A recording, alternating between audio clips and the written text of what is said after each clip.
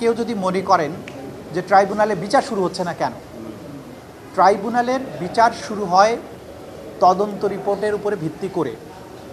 তো তদন্ত, এই যে মানবতা বিরোধী অপরাধের তদন্ত, এটা আমরা বারবারই বলেছি, এটা জটিল এবং সময় সাপেক্ষ বিষয়। এই ট্রাইব্যুনাল যখন আগের রেজিমের সময়ে ছিল, সেই সময় তারা প্রথম তদন্ত রিপোর্ট দিতে 16 মাস সময় লেগেছিল তাদের। সেখানে ঘটনা ছিল তুলনামূলকভাবে অনেক অল্প, সাক্ষী ছিল অল্প। আমাদের এখানে দুটো মামলার চার্জশিটের ড্রাফট, 3টা মামলার চার্জশিটের ড্রাফট আমরা পেয়ে গেছি। একটা হচ্ছে চানখারপুল, একটা আশুলিয়া, আর একটা হচ্ছে শেখ হাসিনার বিরুদ্ধে যেটা মানবতা বিরোধীর কমান্ড রেসপন্সিবিলিটির মামলা, সেটারও ড্রাফটটা আমাদের হাতে এসেছে, যেটার আরও ফার্দার কাজ চলছে। খুব সহসাই দুটো চূড়ান্ত রিপোর্ট আমরা পাবো এবং এই মাসের মধ্যে অন্তত দুটো মামলার ফর্মাল চার্জ হয়তো দাখিল করা সম্ভব হবে। এর বাইরে আমরা আমাদের তদন্ত সংস্থা, আপনারা জানেন যে গুমের মামলাগুলো তদন্ত করছে।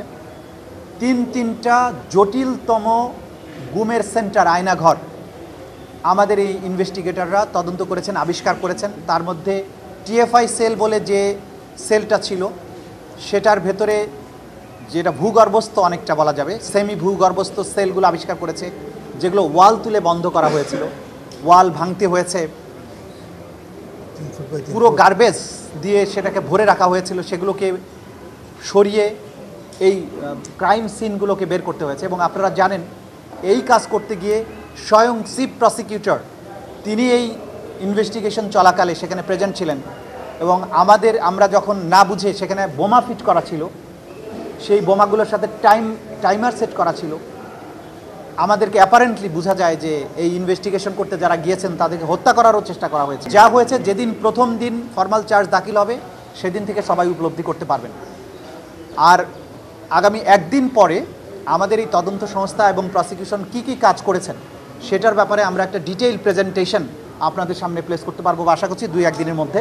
লয়ার হিসাবে প্রসিকিউশন টিমের কাজ হচ্ছে, যখন ম্যাটেরিয়াল চলে আসে, তদন্ত রিপোর্ট চলে আসে, তাদের কাজটা কোর্টরুমে শুরু হয়। কাজেই আমাদের যারা এই মামলার আসামি, তারা নানানভাবে এই বিচার প্রক্রিয়াকে প্রশ্নবিদ্ধ করার জন্য চেষ্টা করবেন। তারা একদিকে চাইবেন তাদের যেন বিচার না হয়, আবার অন্যদিকে তারা ধোয়া তুলবেন, বিচার টিচার কিছু হচ্ছে না, তো এই ট্রাইব্যুনালের দরকার নেই, বিচার যাতে না হয়। নানামুখী ষড়যন্ত্র আছে, তারা চেষ্টা করবে বিচারকে বন্ধ করার জন্য, বন্ধ করতে না পারলে বিতর্কিত করার জন্য, কাউকে এম্বারাস করার জন্য, নানান ধরনের ডিসইনফরমেশন ছড়ানোর জন্য। এই সম্পর্কে আমরা সচেতন আছি এবং তারা যে ষড়যন্ত্রগুলো করছে, ট্রাইব্যুনালের তদন্ত সংস্থা, প্রসিকিউশন এই ব্যাপারে সম্যক অবহিত এবং তাদের অনেককে চিহ্নিত করা হয়েছে। যারা এগুলো করার চেষ্টা করবেন তারা ব্যর্থ হবেন, তাদেরকে আমরা মেসেজ দিতে চাই। কোনো রকমের স্ক্যান্ডাল ছড়িয়ে বিচার প্রক্রিয়া বাধাগ্রস্ত করা যাবে না, কারণ প্রসিকিউশন এই ব্যাপারে 100% ফেয়ার আছে।